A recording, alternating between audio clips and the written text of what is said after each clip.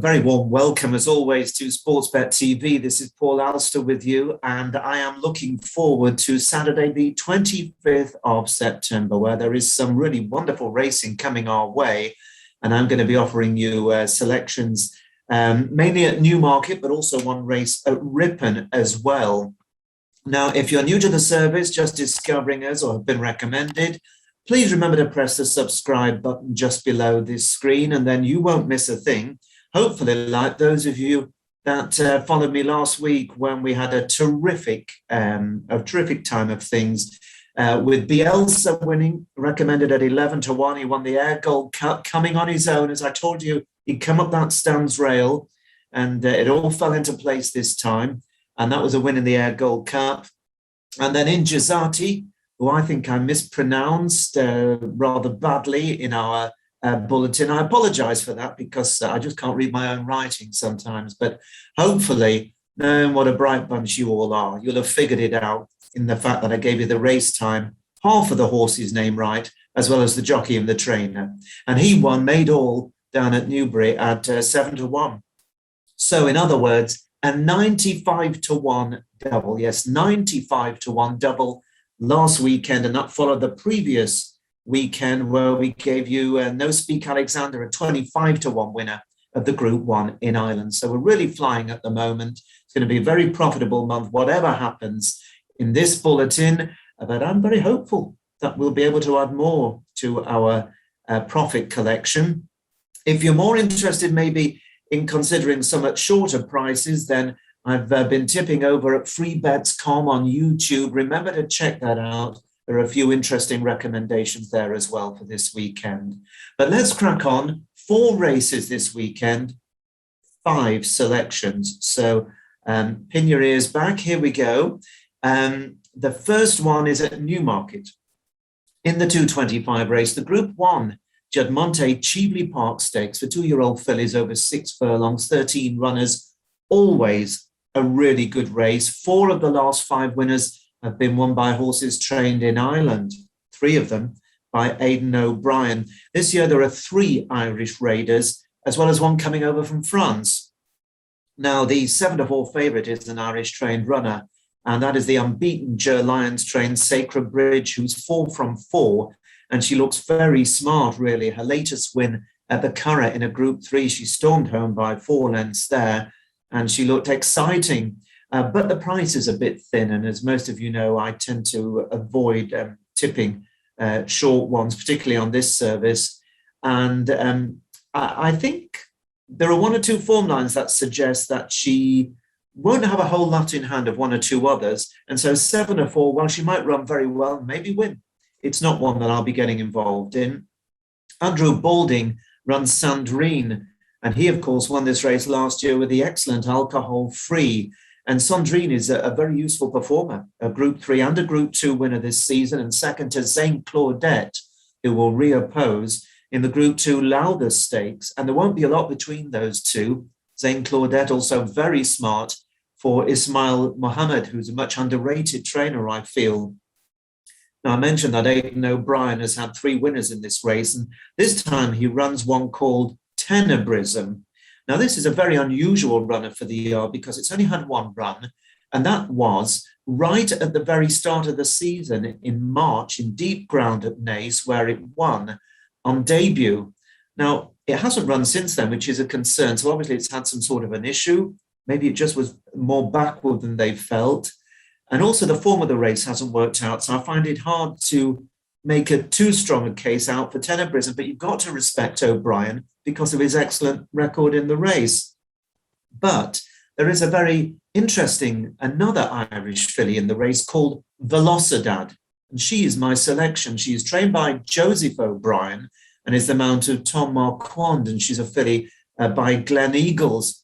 Now, many of you that come to join me on this service will know that I broadcast regularly through the week on Irish racing, and I keep a very close eye on things. And this is a filly I've liked really from the start of the season. She won on her debut in testing ground at Fairyhouse over 6 furlongs in May, and the form of that has worked out well. And through the 3rd horse in that race, Chestnutter, who's also running races won by the anticipated favourite, Sacred Bridge, I don't think there is likely to be a whole lot between them. So I think Velocidad on that line has a big chance.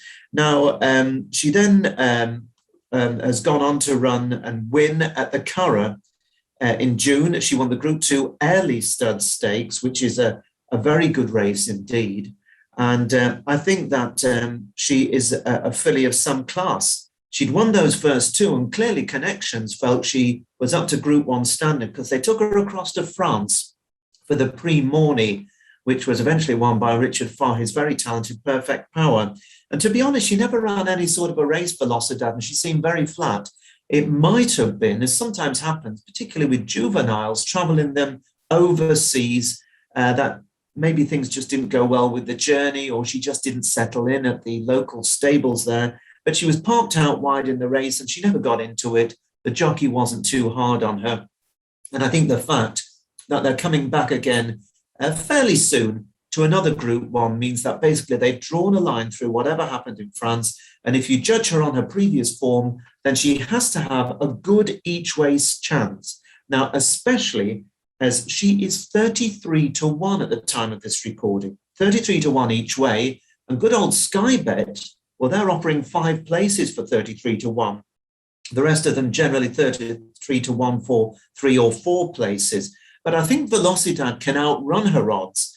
And on a line through that chestnutter with Sacred Bridge, I think she's likely to get very close to the forecast favourite.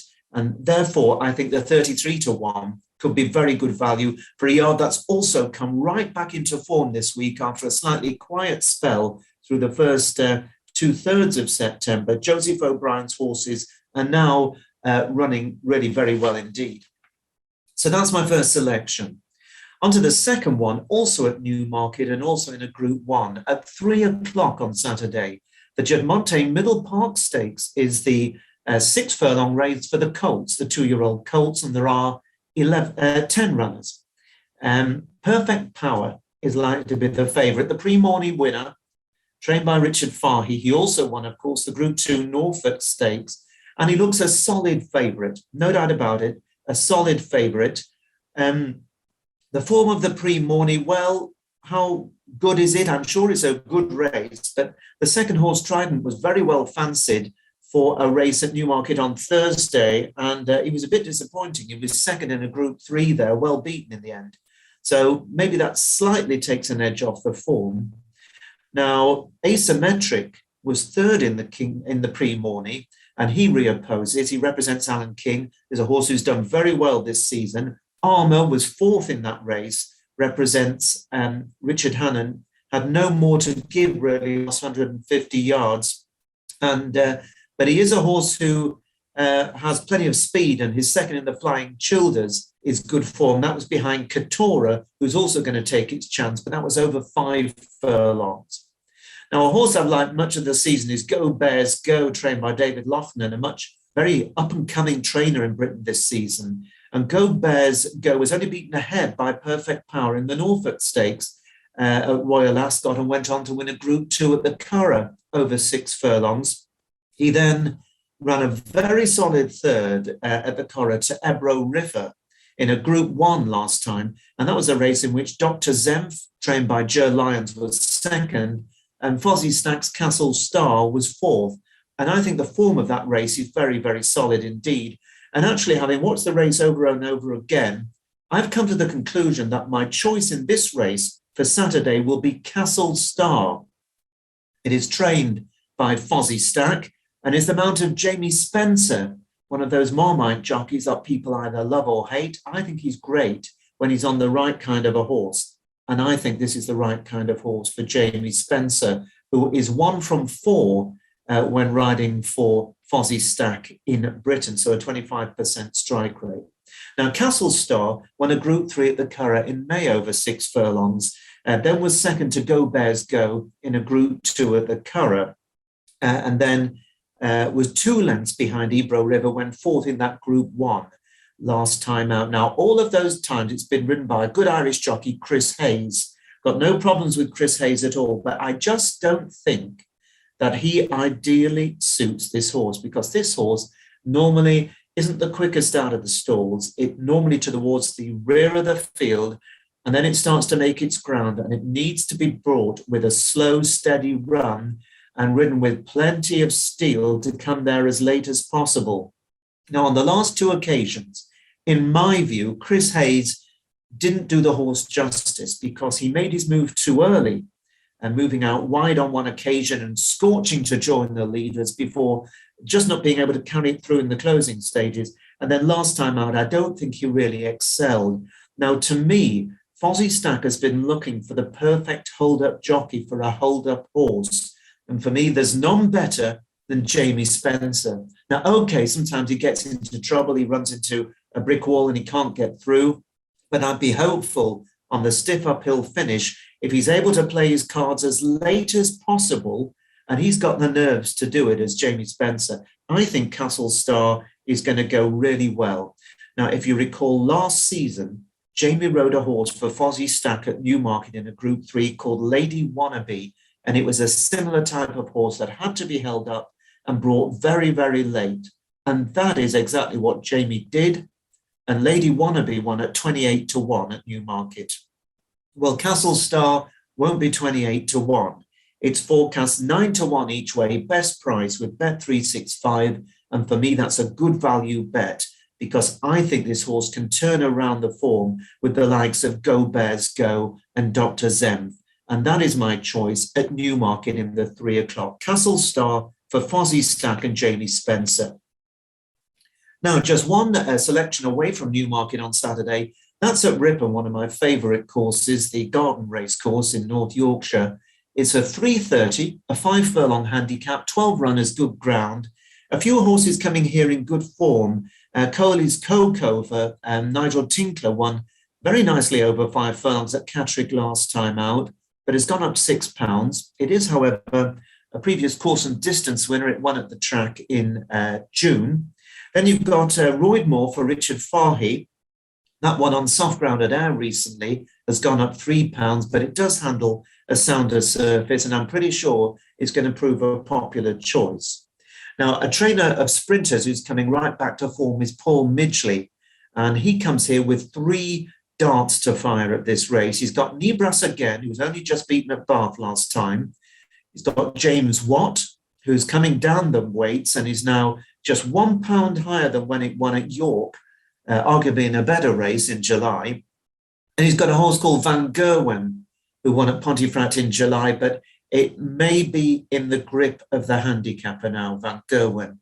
Now, the old adage, as my old pal John McCraig used to say, horses for courses, it does ring true. And there's one horse here who loves Ripon, and that is Mark's Choice, trained by Sam, Samantha England, and the mount of Dougie Costello. And Mark's Choice is a horse who's won 7 times in his career, and 5 of those wins have been at Ripon. Indeed, he's 5 from 12 at the track and has also been placed 4 times in good races as well.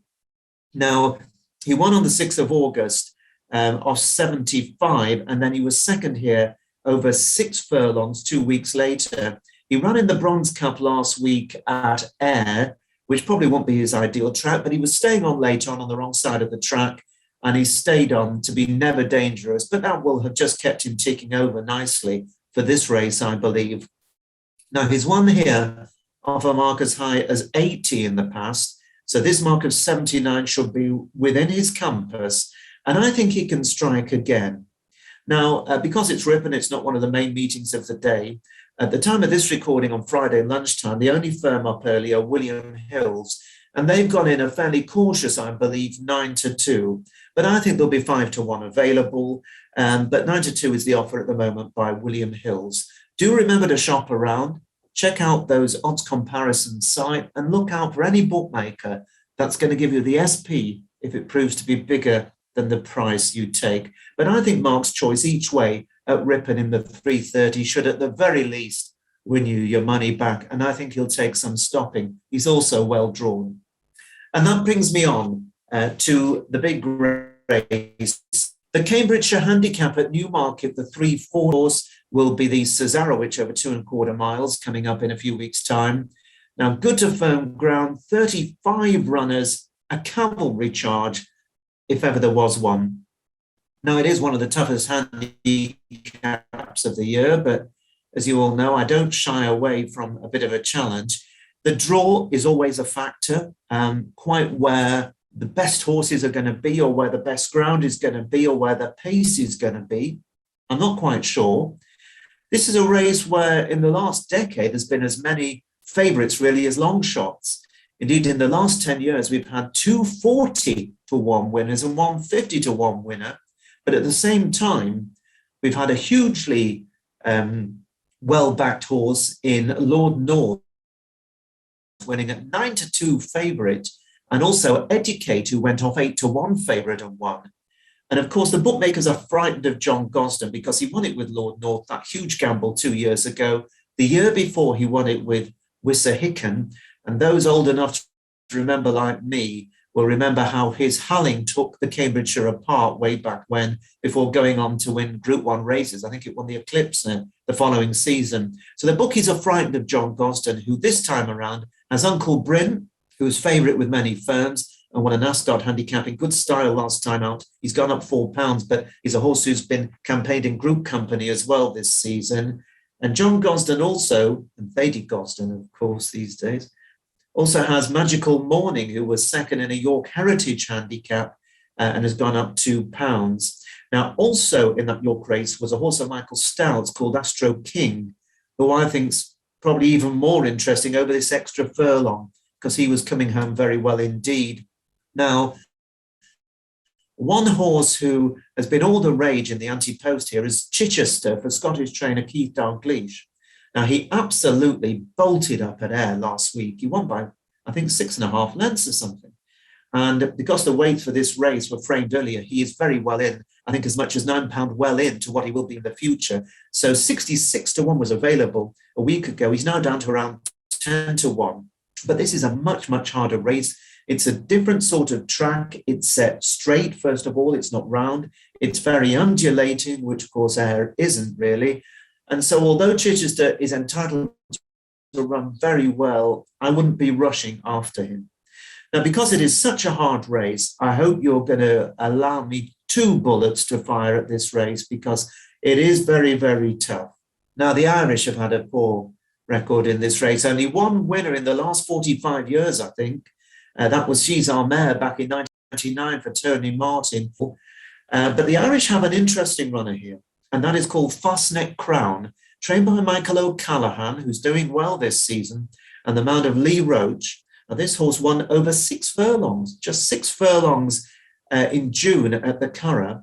And last time I stayed on really strongly over a mile back at the Curragh to be third and closing fast in the Irish Cambridgeshire. And he's given every indication he'll stay 9 furlongs. He also won a mile maiden earlier in the season. And I think he's a horse who is going the right way. And I think he might improve again for this extra furlong. He's drawn in stall 14, which is fairly central, I suppose. So there's every chance his jockey will be able to go whichever way he thinks is best. He may just go straight up the middle. We'll see. But at 40 to 1 at the time of this recording, each way with Bet Victor, who were the last to still stand that price, because there is a bit of money around for Fastneck Crown, and that's for 6 places. I think he'll run well. You may end up getting bigger odds on Saturday morning or afternoon as bookies try and get as much in the satchel as possible. And my second selection in the Cambridgeshire is called Breath Court. It's making its debut for the Michael Bell stable and is the mount of the talented Ross Ryan. Now, this is a 6-year-old, and as I mentioned earlier, horses for courses, it's an important factor. And this horse has a very good record on the Rolling Mile at Newmarket, and he's run well at this track for a variety of previous trainers. Indeed, he's 2 from 3 at the course, including winning over course and distance last September off a mark of 90, where he scored by 2.25 lengths very, very easily. Now, he also won a handicap over a mile on the track back in 2018, and his only defeat actually came when they tried him over 1.5 miles, which he patently failed to stay. So over this mile or 9 furlong trip, he's unbeaten at the track. Now, this horse has run well after a break in the past. He's a horse who seems to go very well fresh. So the fact that has been off 84 days, I think is a positive, not a negative. And I'm sure Michael Bell will have got plenty of work into him. Now, the point about this one, it's a bit like Bielsa last week.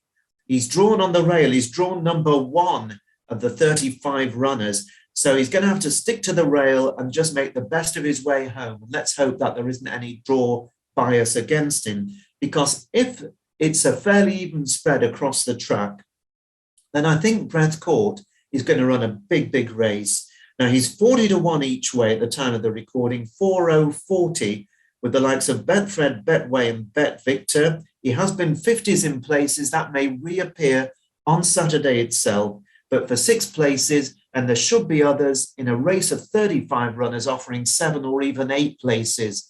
So remember to shop around. So 2 suggestions for you there. In the Cambridgeshire, the 340 at Newmarket, Fastneck Crown and Breath Court, and they're both 40 to 1 at least each way. And so those are my 4 races highlighted for you for this weekend, a weekend of marvellous racing at HQ. I hope you enjoy it. I hope we managed to make it pay and keep this really good run going. And of course, I'll be back next week with more suggestions for you as we move into the autumn session and some really outstanding action coming up next weekend. But for now, from me, Paul Alster, here at Sportsbet TV, good luck, enjoy the racing. I'll speak to you next time. Bye-bye for now.